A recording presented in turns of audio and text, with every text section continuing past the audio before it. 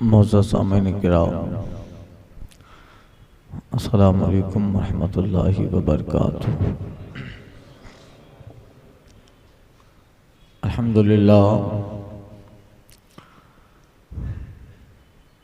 अल्हम्दुलिल्लाहि रब्बिल आलमीन वल आक़िबतु लिल मुत्तक़ीन वस्सलातु वस्सलामु अला सय्यिदिल अंबिया वल मुरसलीन व अला आलिहि तय्यबीन व अस्हाबिहि ताहिरीन अल मुत्तहहिरीन व उलमाए मिल्लतिही व शुहदाए महब्बतिही व औलियाए उम्मतिही इला यौमिद्दीन। अम्मा बाद फ़अऊज़ु बिल्लाहि मिनश्शैतानिर रजीम। बिस्मिल्लाहिर रहमानिर रहीम। अला इन्ना औलिया अल्लाहि ला खौफुन अलैहिम वला हुम यहज़नून। सदक़ल्लाह व सदक़ा रसूलुहुन नबियुल अमीनुल मतीनुल मकीनुल मुख्तारुल करीम व नहनु अला ज़ालिका लमिनश शाहिदीन व शाकिरीन व ज़ाकिरीन वल मुतमइन्नीन वल मुक़िनीन वल्हम्दुलिल्लाहि रब्बिल आलमीन। अहले सुन्नत वल जमात के कदीम दस्तूर और मामूल के मुताबिक बारगाह रहमत आलम रहमत तमाम मरकज़ अक़ीदत ख़त्मी मरतबत मुस्तफ़ा जान रहमत रहमतुल लिल आलमीन अनीसुल गरीबीन राहतुल मुश्ताक़ीन शम्सुल आरिफ़ीन सिराजुस सालिकीन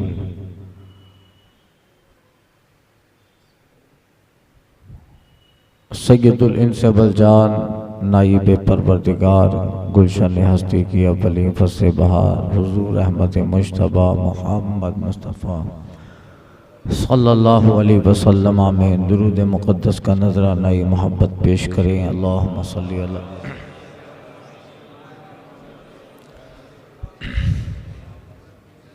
सलातुम व सलामुन अलैका या सय्यदी या हबीबी या रसूल अल्लाह। वाह क्या मर्तबा ए गौस है बाला तेरा, वाह क्या मर्तबा ए गौस है बाला तेरा, ऊंचे ऊंचों के सरों से कदम आला तेरा। सर तू ही सरबर तू ही सर्रा साजो सामा तू ही, सर तू ही सरबर तू ही सर्रा सरो सामा तू ही, जा तू ही जाना तू ही जाने जा करारे जा तू ही।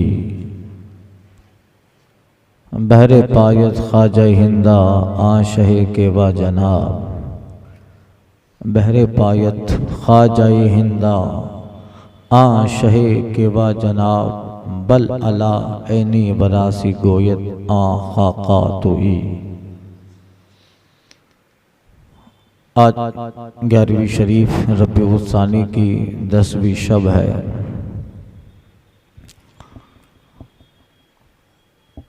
और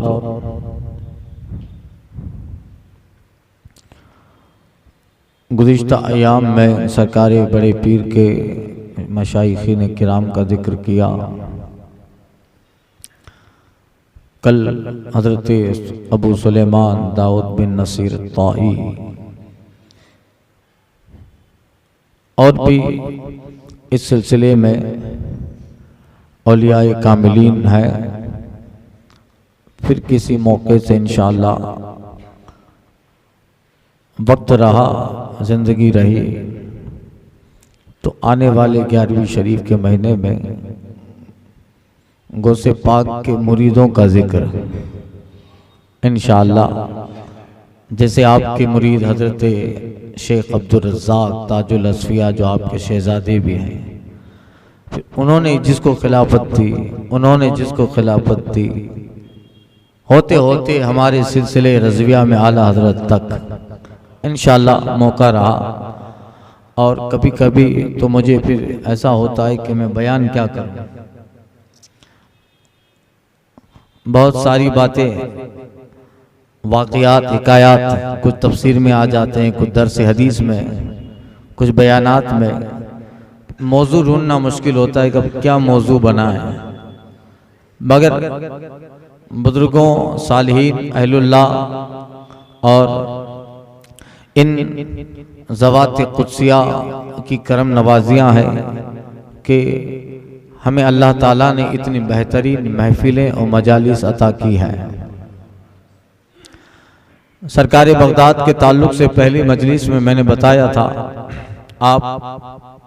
आपका सिलसिले नसब इमाम हसन तक, सिलसिले नसब माँ से इमाम हुसैन तक, आपका सिलसिले खिलाफत उस पे तो बयान हुए हज़रत इमाम अली रज़ा बिन मूसा रज़ा काज़िम तक, और फिर मौलाए कायनात तक।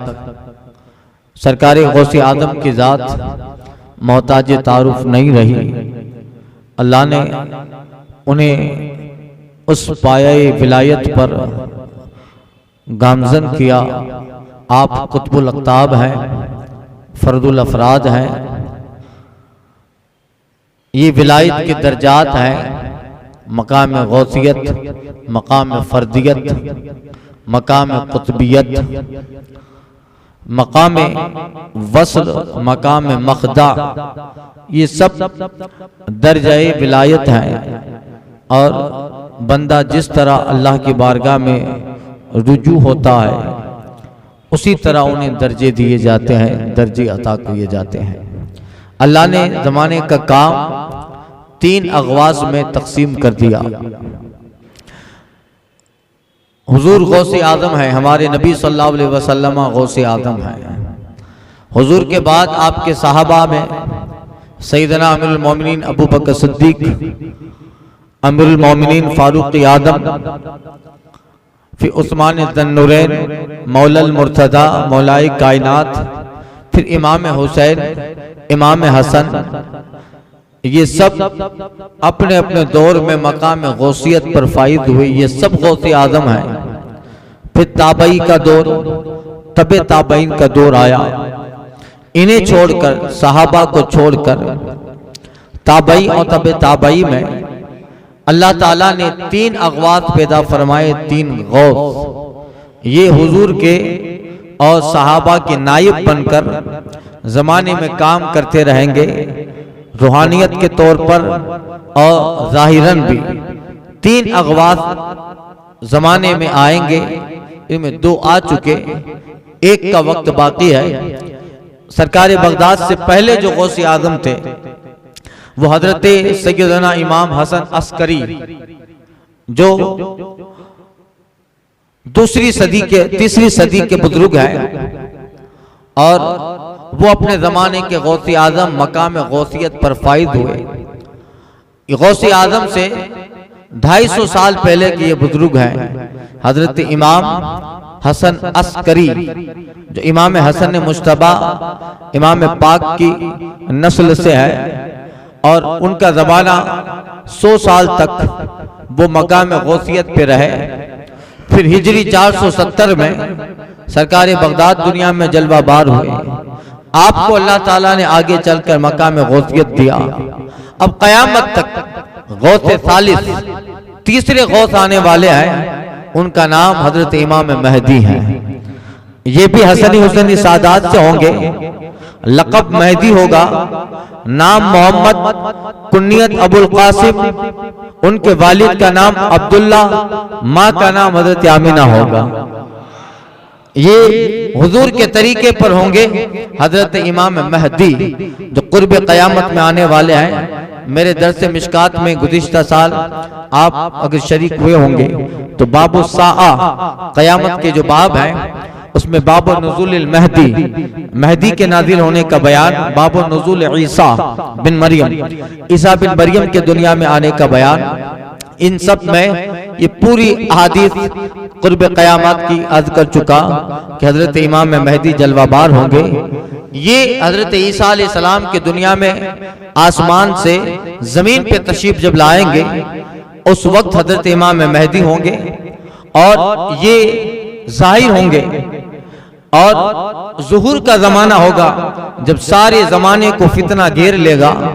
ईसाइयत, यहूदियत, सलीबी, सयूनी ताकतें अपने जोर पर होंगी और आलम इस्लाम में मुसलमानों के हालात ना गुफ्ता भी होंगे कि सिर्फ एक त्रिपुरा न जल देगा और एक त्रिपुरा के इलाके नहीं जलेंगे, बल्कि कुफ्र और शिर्क के मतवाले जमाने में मुसलमानों पे कोहराम मचाने के लिए बरसरे बेकार होंगे।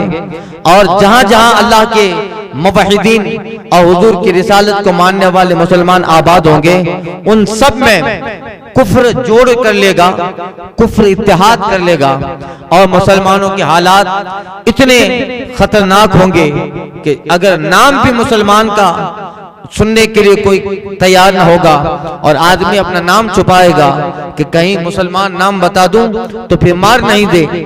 ये हालात आने वाले हैं, इसलिए इन हालात के लिए पहले से मुस्तैद रहिए। और ये अहादीस और आका के बयानात से जाहिर है कि कुर्ब क़यामत, जैसे वक्त क़यामत करीब आता जाएगा, इस तरह के हालात और बिगड़ते जाएंगे और मुसलमानों पे अरसे जिंदगी, अरसे हयात तंग होता जाएगा। तो हालात के लिए हमेशा तैयार रहिए आप। और ये पैगंबर आखिरी नबी, सादिक और मसदूक पैगंबर का कौल है, तो फिर उसके सच्चाई में कोई शिबा नहीं हो सकता। आजमाया जाएगा ईमान पे कठिन वक्त में, उस वक्त ईमान पे कायम रहना बड़ा मुश्किल होगा और ईमान को पकड़े रहना, अपने अकीदे पे साबित कदम रहना इतना खतरनाक होगा जैसे हाथ पे अंगारा रखना या ये कि गर्दन पे तलवार पड़ी रहे।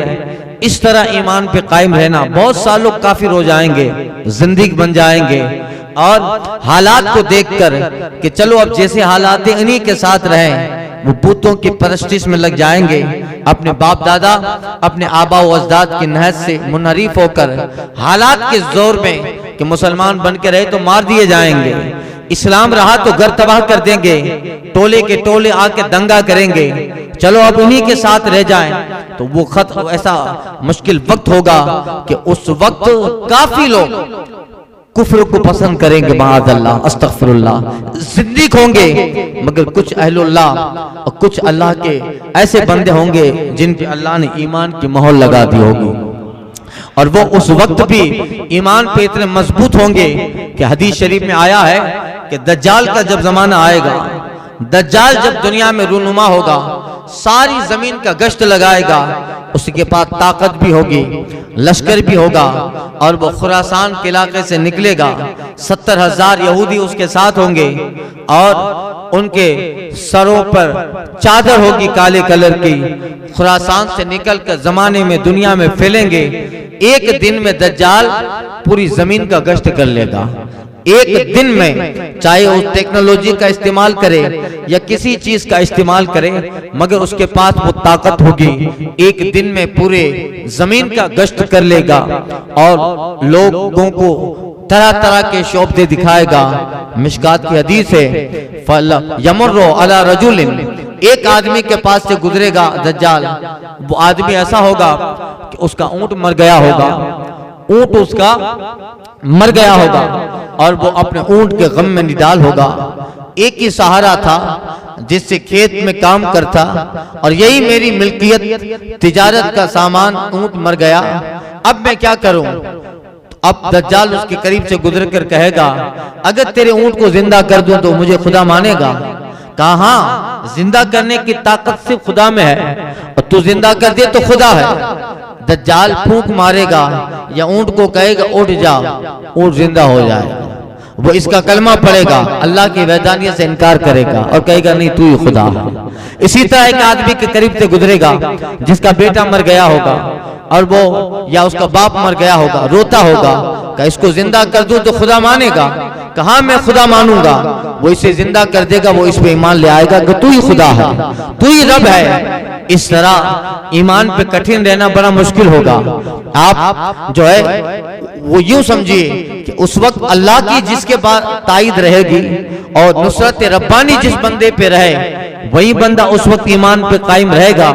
वरना जब हालात बिगड़ते हैं तो लोग छवि में भी गरीब नवाज को तलाश कर लेते हैं, एक छवि के अंदर भी गरीब नवाज को तलाश करते हैं। कहा नहीं नहीं ये गरीब नवाज है।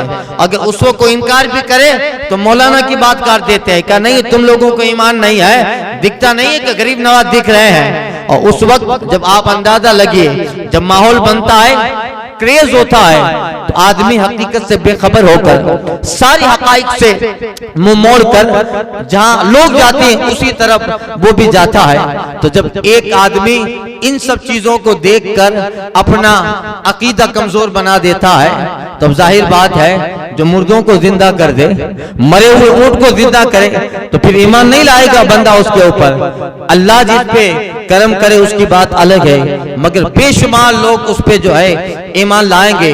उसके एक हाथ में जन्नत होगी, दिखाएगा लोगों को दज्जाल, एक हाथ में जहन्नम होगी, दिखाएगा का देखो जो उस पे ईमान लाएगा उसे अपनी जन्नत में दाखिल करेगा, जो ईमान नहीं लाएगा उसे अपनी जहन्नम में डालेगा, और उसकी जहन्नम हकीकत में जन्नत होगी मोमिन के लिए। मगर ये सारी चीजें होने वाली है।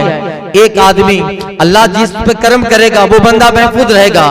एक आदमी को कहेगा कि मुझ पर ईमान ले आ, वो नहीं लाएगा, कि तुझे आरे से चीर डालूंगा, ये मिशकात की हदीस है, आरे से चीर डालूंगा, कि तू चीर दे मगर तू दज्जाल है, मैं तुझ पे ईमान न लाऊंगा। मेरे आका ने तंबीह फरमाई, ये दज्जाल अपने सिपाहियों को हुक्म देगा, उस सामने वाले बंदे पे आरा चीर दिया जाएगा, आरे से उसके दो टुकड़े कर दिए जाएंगे, वो मर गया।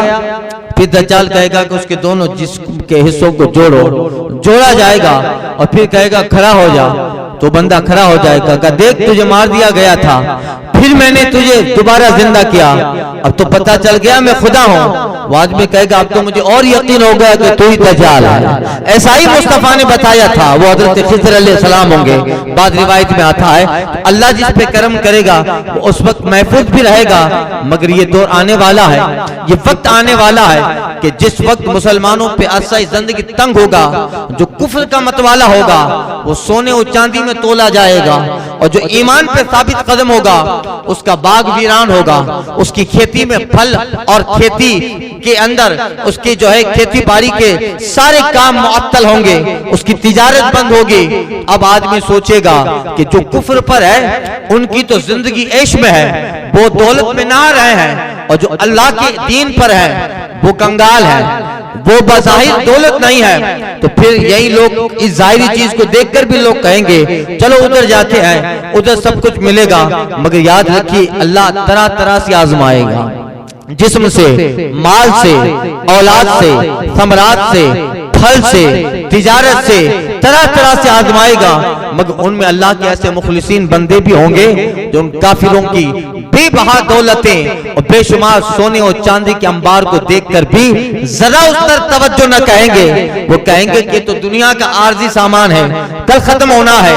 अगर हम आज अपने ईमान पे कायम रहे तो अल्लाह हमें आखिरत में जो जजा देने वाला है इसका तसव्वुर दुनिया में नहीं आ सकता, उसकी नेमतों का कोई हिसाब नहीं है। उस वक्त भी लोग रहेंगे, उसी दौरान जब ऐसे हालात खत्म होंगे तो कुछ मुसलमान अल्लाह की बारगाह में हाथों उठाएंगे, मौला मुसलमानों के इलाके जल रहे हैं, दंगाई दंगा करने पर जिद हैं, और मुसलमानों को घरों से निकाल निकाल के मारा जाता है, और एक तरफ दज्जाल, एक तरफ दाब्बतुल अर्द, एक तरफ सलीबी और सयूनी ताकतें। मौला अब करम कर, कोई मसीहा भेज दे, मुसलमानों की दस्तगीरी करे, मुसलमानों का जो है काम आसान कर दे, दुआएं उनकी कबूल होगी। कुछ लोग खाने काबा में हरम का तवाफ करते होंगे, तवाफ करते करते उन तवाफ करने वालों में इमाम मेहदी भी होंगे, हजरत इमाम मेहदी भी तवाफ करने वालों में होंगे। अचानक खाने काबा के दरवाजे से आवाज आएगी, या अय्युहन्नास हाज़ा खलीफतुल्लाहिल महदी, या अय्युहन्नास हाज़ा खलीफतुल्लाहिल महदी।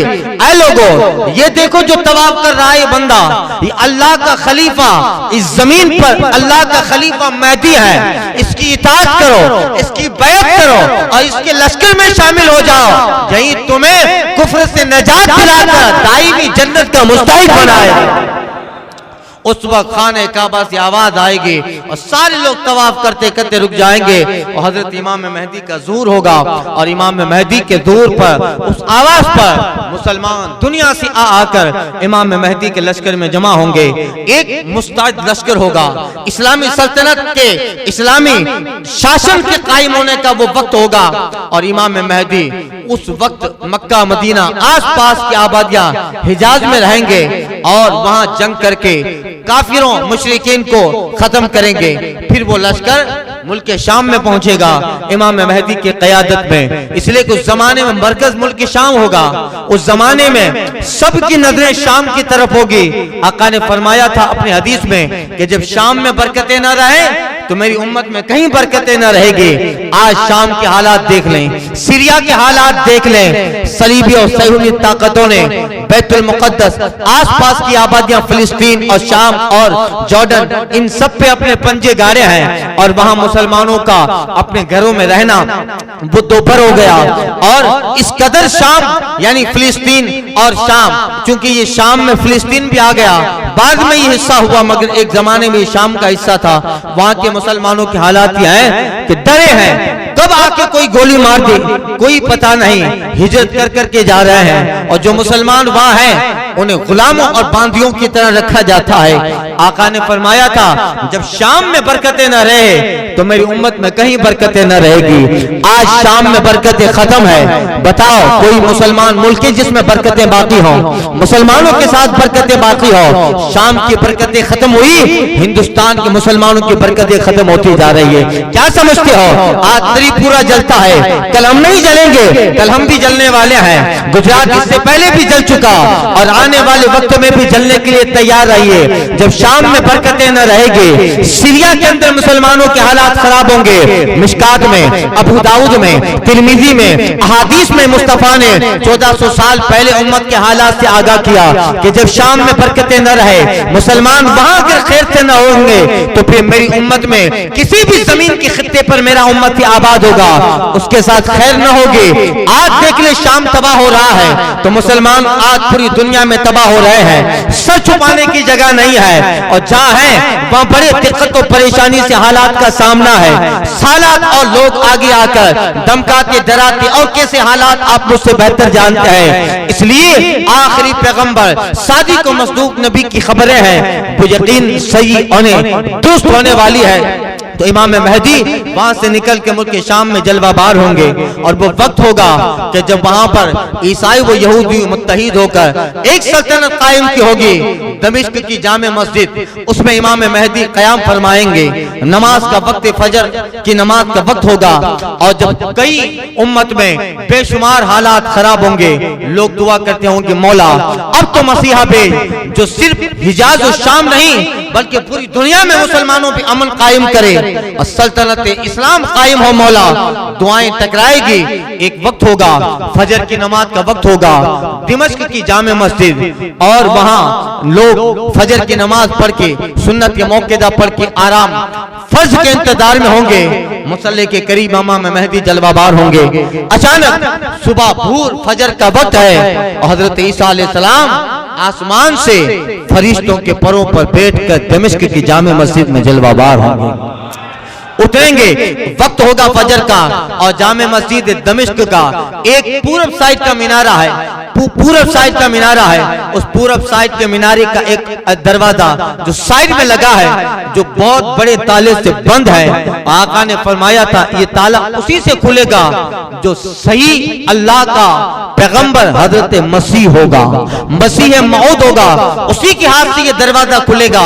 इससे पहले बहुत सारे लोगों ने आजमाइश की कि हम खोल दें, हमें लोग ये सामान है, हम मसीह हों, मगर बाद में कुछ सलातीन ने उस दरवाजे के ऊपर दीवार लगा दी ताकि कोई आदमी उसको ताले को खोलने की कोशिश न करे। दीवार लगाई और उस दीवार के अंदर दरवाजा है और वो दरवाजा मस्जिद के पूरब के साइड में एक तरफ खुलता है मगर बंद है। हजरत ईसा अलैहिस्सलाम उसी तरफ उतरेंगे, फरिश्तों के पर पे जलवाबार होंगे। आका ने 1400 साल पहले बताया, फरमाते आका अल महजूदतैन, मुस्तफा कहते मैं देखता हूँ हजरत ईसा उतर रहे हैं, दो जाफरानी कलर की चादरें पहनी है, एक का तहबंद बनाया है, एक को अहराम बनाया है और फरिश्तों के परों पर बैठे हैं। और मैं देख रहा हूँ उनके जिस्म पर, उनके चेहरे पर पानी के कतरे हैं। इज़ा रफ़ा रासहु इनक़तरा, जब अपना सर उठाते हैं तो पानी के कतरे निकलते हैं, सर झुकाते हैं तो पानी के कतरे टपकते हैं। कअन्नहा खरज मिन दम्मा तैमास, ऐसा लगता है जैसे अभी अभी जनाब ईसा अलैहिस्सलाम हमाम से गुस्ल करके बाहर तशरीफ ले आए हैं। बताओ ये क़यामत में कब वाक़िया होने वाला है? हजरत ईसा आएंगे, न जाने अब कितने सौ साल बाकी हैं, वो आएंगे। आने का अंदाज कैसा होगा? फरिश्तों के पर पे बैठे होंगे, केसरी यानी जाफरानी कलर की चादर पहनी होगी, आसमान से उतरेंगे, सुबह का वक्त होगा। ये कई सौ साल बाद वक्त आने वाला है, मगर आज से 1400 साल पहले मुस्तफा कर रहे हैं, कह रहे हैं आने का अंदाज ऐसा होगा, कपड़ा ऐसा होगा, इस तरह नुज़ुल फरमाएंगे। ये मुस्तफा का इल्म गैब है, इसीलिए आला हज़रत कहते हैं और कोई गैब किया तुमसे निहा हो भला, जब न खुदाई छुपा तुम पे करो। अब हजरत ईसा अलैहिस्सलाम तशरीफ लाएंगे और जैसे आप उस दीवार पे हाथ लगाएंगे तो कि आप अल्लाह के पैगंबर हैं और आप मसीह हैं, मसीह इब्ने मरियम हैं। आपको अल्लाह ने नबूवत और रिसालत से सरफराज फरमाया। आप उस वक्त मुसलमानों की क़यादत संभालने के लिए जलवाबार होंगे। वो दीवार जो चुनी है उस पे हाथ लगाएंगे, गिरेगी, दरवाजा जाहिर होगा, उसका ताला होगा, ताले को छुएंगे, ताला खुद ब खुद खुल जाएगा, खुलेगा, दरवाजा खुलेगा और उसी दरवाजे से हजरत ईसा मुसल्ले के करीब आएंगे। फलम्मा रअल महदी, हजरत इमाम महदी जब ईसा को देखेंगे खड़े हो जाएंगे। मस्जिद पूरी दमिश्क की जामे मस्जिद लोगों से भरी होगी। फजर के इंतजार में लोग सुन्नत मौक़िदा पढ़ के बैठे होंगे, भरी होगी जामे मस्जिद। हजरत इमाम महदी जब ईसा को देखेंगे खड़े होंगे और कहेंगे लोगों खड़े हो जाओ, अल्लाह के पैगंबर ईसा बिन मरियम आ गए हैं। लोग खड़े होंगे, नारा लगाएंगे, अहलम व सहला या मसीह इब्न मरियम, अहलम व सहला या रसूल अल्लाह, अहलम व सहला या नबी अल्लाह। ऐ अल्लाह के नबी खुश आमदीद, ऐ अल्लाह के पैगंबर खुश आमदीद, ऐ ईसा बिन मरियम आइए। हजरत इमाम महदी हजरत ईसा अलैहिस्सलाम गले मिलेंगे और हजरत इमाम महदी कहेंगे हुजूर आपके आने का इंतजार था, अब ये भी निशानी कयामत की खत्म हो चुकी, अब ईसा आ गए, अब कयामत ही का दौर है, अब कोई निशानी बाकी न रही। फिर हजरत ईसा अलैहिस्सलाम अब अपना दीन था, उनका मजहब था, वो साहिब शरीयत पैगंबर, साहिब किताब पैगंबर, अल्लाह ने उनको अलग दीन दिया, किताब इंजील अता फरमाई।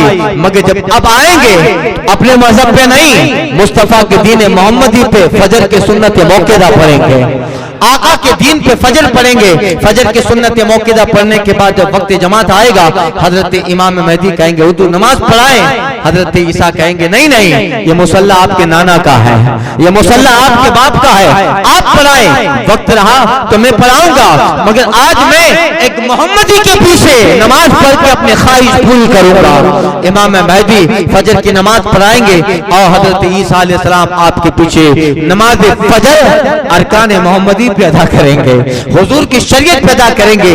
बाहर निकलेंगे नमाज के बाद, आप सांस लेंगे, आपकी सांस अल्लाह कहां कहां फैलाएगा। सांस की जो रफ्तार तेज होगी और उससे जो सांस निकलेगी उसका हाल यह होगा कि दुनिया में जितने सुवर है, जितने सुवर है, वो सारे सुवर आपके सांस से दुनिया में हिलाक हो जाएंगे। नजीसुल ऐन, सारे जानवरों में सबसे बदतर जानवर सुवर है जो नजीसुल ऐन है। अगर धुला दिया जाए उसको पाक साफ तो हो ही नहीं सकता, अगर साबुन से धुला दो, मगर फिर भी अगर वो बदन पे लग जाए उस हिस्से का साफ करना वाजिब हो जाता है, उसको कत्ल करेंगे। क्योंकि आज बहुत सारे लोग सुवर खाते हैं, इनके जो है और अपने दीन में उसको खाना जायज कहते हैं माअदल्लाह, और कुछ लोग कहते हैं माअदल्लाह कि ये हजरत ईसा अलैहिस्सलाम ने ऐसा कहा था माअदल्लाह। ये गलत बातें हैं, इसे हजरत ईसा अलैहिस्सलाम सुवर को कत्ल करेंगे और फिर हजरत इमाम महदी के साथ लश्कर इस्लाम तरतीब पाएगा और दुनिया में फिर एक आलमी जंग होगी, यूनिवर्सल वॉर, आलमी जंग होगी जिसमें एक तरफ मुसलमान और सामने सब होंगे। उस वक्त लोगों को निकाल निकाल कर उनको जिन्होंने इस्लाम के खिलाफ साजिश की मारा जाएगा।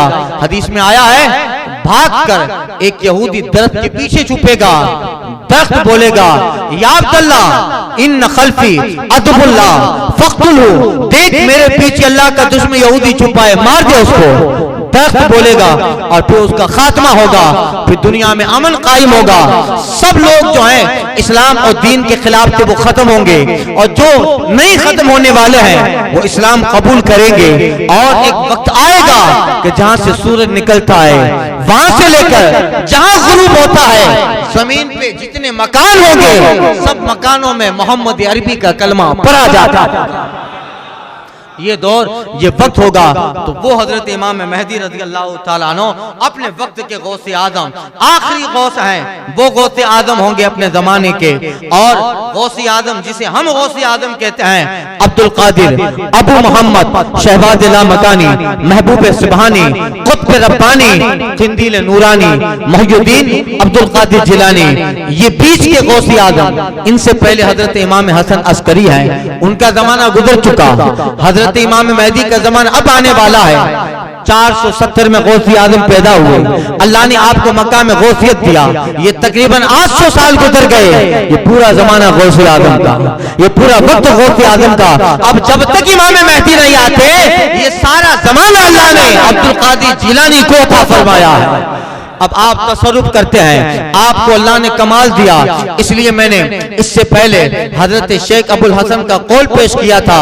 फरमाते हैं कि 4 बुजुर्ग ऐसे हैं जो आज भी अपनी कब्र में जिंदों की तरह तसर्रुफ कर रहे हैं, जिंदों की तरह उनसे बेहतर तसर्रुफात अपनी कब्र में रखते हैं। वो 4 बुजुर्ग जिसमें हजरत शेख मारूफ करखी, हजरत अब्दुल कादिर जिलानी गौसे आदम, हजरत शेख अकील और हयात बिन कैस रज़ी अल्लाह अन्हुम, ये 4 बुजुर्ग वो हैं बगदाद के जो अपनी कब्रों में जिंदों की तरह इख्तियार तसर्रुफ रखते हैं। और इन्हें जब जहां से पुकारो अपनी कब्रों में सुन भी लेते हैं, और सुनने के साथ पुकारने वाले की मदद के लिए पहुंच भी जाया। ये अल्लाह ताला ने हजरत सरकार अब्दुल कादिर जिलानी गौसे आदम रज़ी अल्लाह ताला अन्हु को ये मकाम दिया। आप अपनी कब्र में तसर्रुफ करते हैं, इसलिए आला हजरत ने कहा, हुक्म नाफिज तेरा, सेब तेरी खामा तेरा, हुक्म नाफिज तेरा, सेब तेरी खामा तेरा, पल में जो चाहे करे दौर है शाह। अल्लाह ने ये पूरा वक्त सरकार गौसे आदम को, अब तसर्रुफ आप फरमाते हैं। आपके तसर्रुफात का हाल ये है कि बेशुमार करामतें, आपकी वो करामतें जो किताबों में हैं, जिन पर जो है उलमा मुत्तफिक हैं, और वो करामतें जो आपके ताल्लुक से सीरत, आपकी सीरत की किताबों में है। अनवार गौसिया, मनाकिब गौसिया जो हजरत शेख शहाबुद्दीन सोहरवर्दी की लिखी है, पहली तकरीब में उसका जिक्र किया था। और उसके अलावा अल्लामा शतनूफी की किताब बहजतुल असरार जो हदीस की नहज पर लिखी गई, यानी ये करामत गौसे आदम की जिसने देखी, उससे लेकर उसने किसको बताया, उसने किसको बताया, होते होते वो बात हजरत इमाम शतनूफी तक पहुंची। और फिर उस किताब को, उस करामत को अल्लामा शतनूफी ने अपनी किताब बहजतुल असरार में जिक्र किया। तो ये किताब बहुत मोतबर किताब है, जो एक दस्तावेजी किताब है सरकार गौसे आदम की सीरत पर, आपके करामात पर। बहजतुल असरार, उसी बहजतुल असरार में गौसे आदम का एक कौल है। आप फरमाते हैं, यदि अला मुरीदी का समाई अलल अर्द, गौसे आदम कहते हैं मेरा हाथ मेरे सारे चाहने वालों पर, अकीदतमंदों पर, मेरे मुरीदों पर ऐसा है जैसे जमीन पे आसमान का साया। मेरा हाथ इसी तरह सब पर है, खुश हो जाओ, हम यहाँ हैं तो गौसे आदम का दस्ते करम साया है, कब्र में जाएं तो गौसे आदम का दस्ते करम साया है। और हश्र के मैदान में भी अल्लाह ने वादा किया है, ऐ अब्दुल कादिर तो तेरे सिलसिले में दाखिल होगा, मेरा वादा है सबको बख्श दूंगा। ये अल्लाह का वादा सरकार गौसे आदम से है। इसलिए आला हजरत कहते हैं बहजत उस सिर की है जो बहजतुल असरार में है। बहजत कहते हैं अरबी जबान में खुशखबरी को, गुड न्यूज। ऐ लोगों, ऐ गौसे आदम के सिलसिले में दाखिल होने वालों, ऐ कादरी अकीदतमंदों, ऐ कादरी जाम से शराब हासिल करने वालों, खुश हो जाओ, खुशखबरी है कि तुम्हारे पीर ने तुम्हारे लिए कितना बड़ा जुमला कहा कि मेरा हाथ तुम पर ऐसा है जैसे जैसे जमीन पे आसमान का साया, तो खुशी की बात है। और ये बात कहाँ लिखी है? ये बात गौसे आजम की सीरत पे लिखी जाने वाली एक बड़ी किताब बहजतुल असरार में लिखी है। आला हज़रत कहते हैं बहजतुल सिर की है जो बहजतुल असरार में है, बहजतुल सिर की है जो बहजतुल असरार में है, कि फलकवार मुरीदों पे है साया तेरा, कि फलकवार मुरीदों पे है साया तेरा। ये सरकारे गौसे आज़म अल्लाह ताला ने आपको तसर्रुफ दिया और आप खुद फरमाते हैं वमा मिन शुहरिन औ दुहरिन तमुरु व तनक़दी इल्ला अताली व तुखबिरुनी बिमा याती वजरी व तुअल्लिमुनी फ़क्सियन जदाली। गौसे आज़म कहते हैं कोई वक्त, कोई जमाना, कोई लम्हा, कोई साल और महीना ऐसा नहीं है जो गुजरने से पहले अब्दुल कादिर को खबर न देता हो कि मेरे अंदर क्या होने वाला है। वमा मिना शूरुन व दुहरुन तमुरु व तनक़दी इल्ला अताली व तुखबिरुनी बिमा याती वजरी व तुअल्लिमुनी फ़क्सियन जदाली। कोई जमाना, कोई साल, कोई महीना ऐसा नहीं है कि आने से पहले इजाजत न तलब करता हो और मुझे बताता ना हो अब्दुल कादिर मैं महीना हूँ, इस महीने में क्या क्या होने वाला है। अब्दुल कादिर में साल हूँ, इस साल में क्या क्या होने वाला है। अब्दुल कादिर में जमाना हो, इसमें क्या होने वाला है। बिमा याती वजरी व तुअल्लिमुनी फ़क्सियन जदाली। और कहते हैं लिहाजा ऐ मेरा मुखालिफ मुझसे जंग से बाज आ जा, इसलिए कि मैं ही अब्दुल कादिर जिलानी। फ़क्सियन जिदाली, तो मुझसे लड़ाई से बाज आ जा, मुझसे जंग करने से बाज आ जा। फ़क्सियन जिदाली, तो मुझे लड़ाई का, मुझसे झगड़े का ख्याल छोड़ दे। फ़क्सियन जिदाली कहते हैं इसलिए छोड़ दे, क्यों? तो बोली फिस समाए वल अर्द दुक्कत व शाअतु सादत कद बदाली, इसलिए कि मैं वो अब्दुल कादिर हूँ कि जिसकी अजमत का ढोल जमीन पे नहीं आसमान पे भी बजता है। तो बोली फिस समाए वल अर्द दुक्कत, जमीन व आसमान में मेरी अजमत का, मेरी जलालत के ढोल बजते हैं, लिहाजा तू कभी भी मुझसे झगड़े में आगे नहीं आ सकता है। झगड़ा तर्क कर दे वरना जलाल अब्दुल कादिर जला के राख कर दे।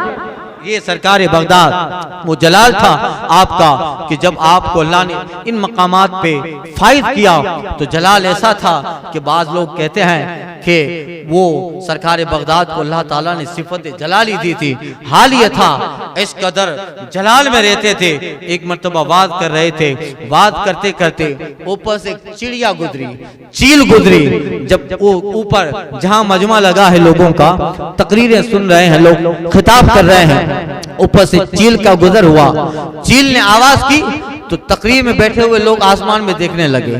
चील बार बार गुजर की आवाज करती है। अब सरकार बगदाद को अच्छा ना लगा, ये सब मेरी तरफ तवज्जो करके बैठे हैं और ये चील आवाज करके मजमे में डिस्टर्ब करती है। आपने जलाल भरी निगाह डाली, हवा ने उस चील के गर्दन को दबोचा और मुर्दा करके जमीन पर फेंक दिया।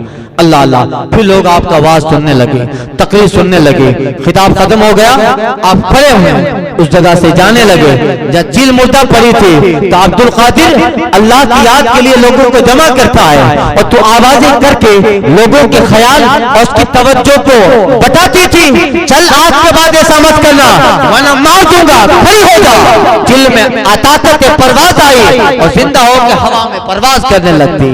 हुक्म नाफिज तेरा, सैफ तेरी खामा तेरा, पल में जो चाहे करे दौर है शाह। अल्लाह ने सरकार बगदाद को ये तसरुफात, ये कमालात अल्लाह ताला ने गौसे आदम को अता फरमाए। तो जलालत का हाल ये था कि कभी कभी ऐसा होता कि कोई परिंदा अगर आपके मकान की छत से भी गुजर जाता तो मर जाता था। यहाँ तक के हजरत अल्लामा जलालुद्दीन सयूती रहमतुल्लाह ताला अलैह ने अपनी किताब में लिखा है कि उस वक्त अगर बेवजू भी कोई नाम ले लेता गौसे आजम का तो मर जाता। जलाल था। फिर वहां के उलमा आए, आपके जो खास थे वो आए कि हजरत आपकी करामत इतनी है कि लोग जगह जगह जिक्र करते हैं, कभी कभी ख्याल नहीं रहता लोगों का कि नाम निकल जाता है जबान से आपका और वो बेवजू रहता है। हुजूर कुछ कर्म करे, ऐसा ना हो कि फिर वक्त मुश्किल आ जाए। सरकार बगदाद ने कहा ठीक है, ऐसा न होगा। जब आपने दुआ की तब जाके ये मामला खत्म हुआ, वरना बेवजू नाम नहीं ले सकता था। ये जलालत है अब्दुल कादिर जिलानी का हाल। अल्लाह अल्लाह हज़रत ने कहा है कि मर के भी चैन से सोता नहीं मारा तेरा, मर के भी चैन से सोता नहीं मारा तेरा। ये जलालत है, इसलिए अल्लाह ताला ने जमाल गौसे आजम के अंदर मुस्तफा के रखा था, जलाल भी रखा था। वक्त है तो इज़हारे जलाल भी होता है और वक्त आता है तो जमाल का हाल यह है कि गौसे आजम गरीबों के लिए सरापा इनके सर बन जाया। सरकार की सिफते जलाली और जमाली के मज़ार थे। आप खुद कहते हैं कुल्लु वली लहू कदम वइन अला कदबिन नबी बदरिल कमाली।